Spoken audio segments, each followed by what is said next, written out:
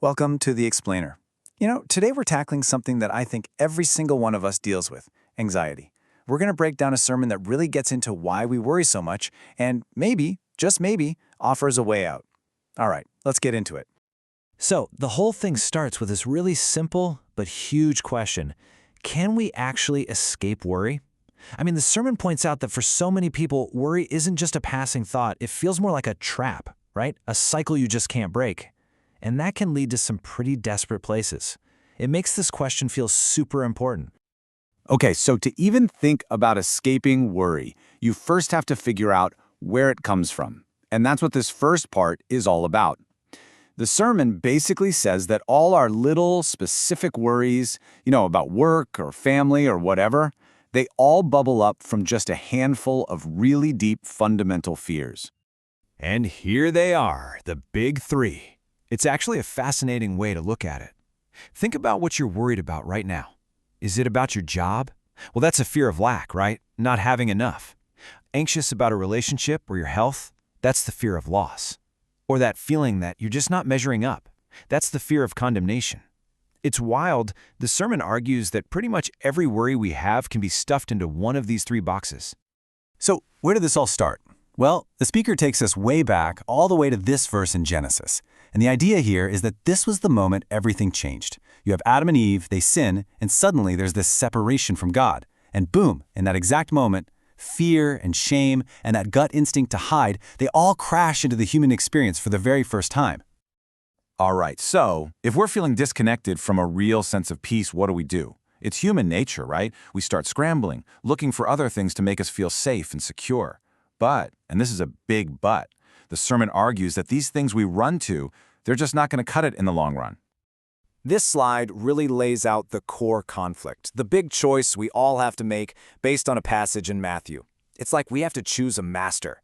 Are we going to serve God and trust in something bigger than ourselves, or are we going to serve mammon, which is just an old word for wealth and all the stuff we can buy? And the point here is, you can't ride the fence. You're giving your ultimate trust, your deepest allegiance, to one or the other. And to really hammer home the danger of picking wealth as your master, the sermon pulls out this story Jesus told. It's about this rich guy who honestly had everything going for him. His land produced this massive harvest. You could say his business was absolutely crushing it. He had more profit than he knew what to do with. So what does he do with all the success? Look at his reaction.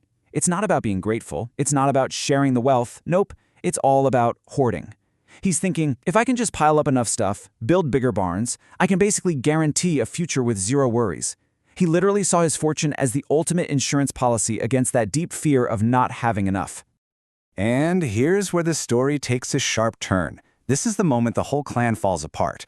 God basically says to him, "You fool," because his wealth, all those barns full of grain, couldn't save him from the one thing that's totally out of our control, death itself.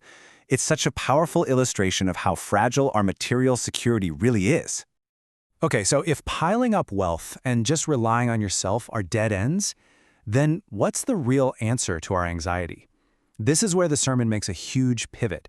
It's about shifting our focus completely away from what we can get to what's already being given. The first piece of evidence is something you can see just by looking out your window. Think about the birds.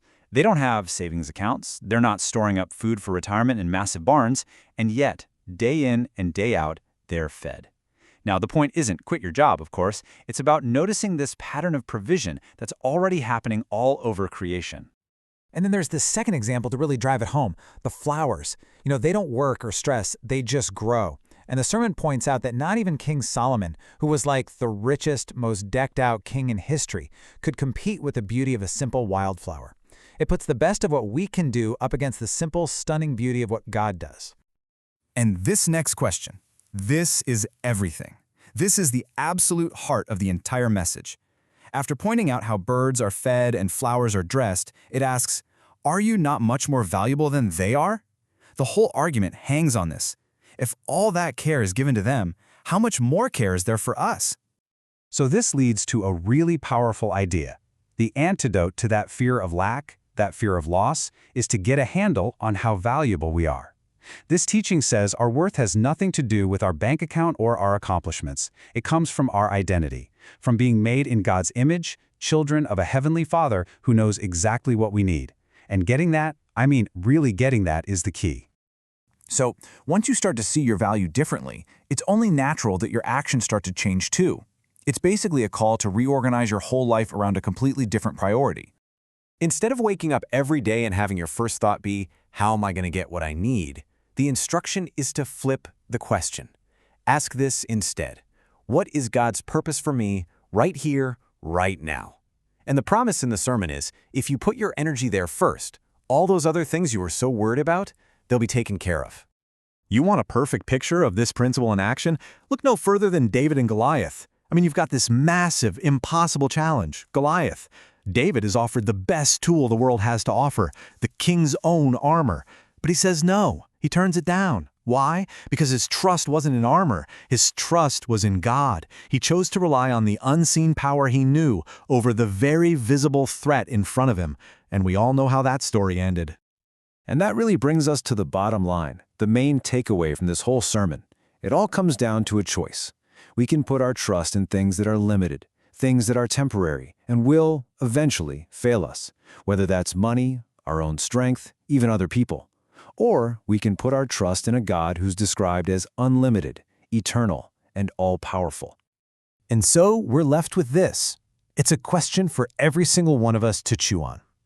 When those fears start creeping in, the fear of loss, the fear of lack, the fear of not being good enough, what's our go-to? What's our security blanket? What or who do we place our ultimate trust in?